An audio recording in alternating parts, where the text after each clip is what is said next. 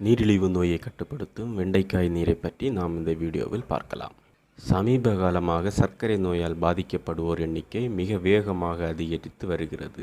நவீன கால உணவு பழக்க வழக்கத்தாலும் போதிய உடற்பயிற்சி இல்லாத காரணத்தினாலும் சர்க்கரை நோயினால் பாதிக்கப்படுவோர் எண்ணிக்கை அதிகரித்து கொண்டே செல்கிறது.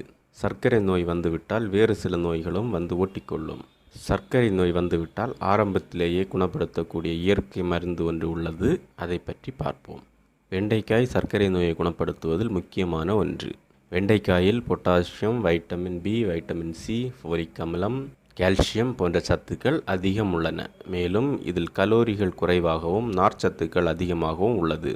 அதனால் வெண்டைக்காயை நீருடன் சேர்த்து பருகினால் நீரிழிவு நோயை அதிவேகமாக கட்டுக்குள் கொண்டு வரும். எப்படி வெண்டைக்காய் தண்ணீர் தயாரிப்பது என்பதை பார்ப்போம். இரவில் படுக்கும் முன் 2 வெண்டைக்காய்களை எடுத்து அதன் இரு முனைகளையும் நறுக்கிவிட்டு வெண்டைக்காயை 2ஆக வெட்டி ஒரு கிளாஸ் தண்ணீரில் போட்டு இரவு முழுவதும் ஊறவிடுங்கள். மறுநாள் காலையில் உணவு உண்பதற்கு அரை மணி நேரத்திற்கு முன்பாக வெறும் வயிற்றில் பருக வேண்டும். தொடர்ந்து குடித்து வரும்பொழுது சர்க்கரையின் அளவு கட்டுக்குள் வரும். இரத்த சர்க்கரை அளவை சீராக பராமரிப்பதற்கு வெண்டைக்காய் தண்ணீர் உதவுவதாக பலர் அனுபவத்தில் கூறியுள்ளனர்.